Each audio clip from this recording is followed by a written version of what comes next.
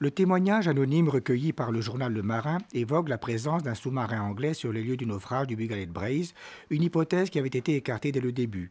Pour Rémi Gloaguin, frère d'une des victimes, ce témoignage ravive de tristes souvenirs, mais suscite un espoir mesuré. 2 ans après le naufrage, on se serait jeté corps et âme à se battre. Et là, effectivement, bon, on devient beaucoup plus méfiant. Parce qu'on a ramassé tellement de claques depuis 7 ans qu'effectivement, c'est encore une autre piste. Une de plus, je vais dire. Robert Bouguéon, le président du comité local des pêches de Guilvinec, pense que ce témoignage tombe à point pour remotiver les familles et décevoir ainsi ceux qui pensaient que le temps qui passe aurait raison de leur détermination. Les États concernés comptaient justement sur l'usure très vite, même des familles et du comité local des pêches, des marins que je représente.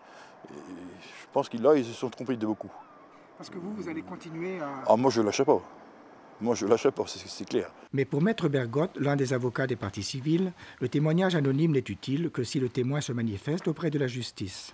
Il faut laisser les juges d'instruction nouvellement saisis, les 2 juges d'instruction nantais, poursuivre leurs investigations.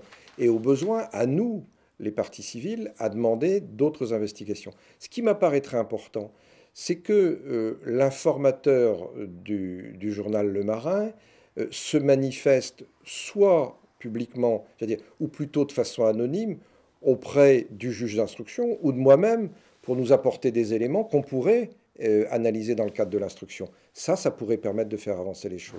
Les familles et le comité local des pêches espèrent que d'autres témoins du drame voudront soulager leur conscience. Ils ne comptent pas du tout sur les États pour connaître la vérité.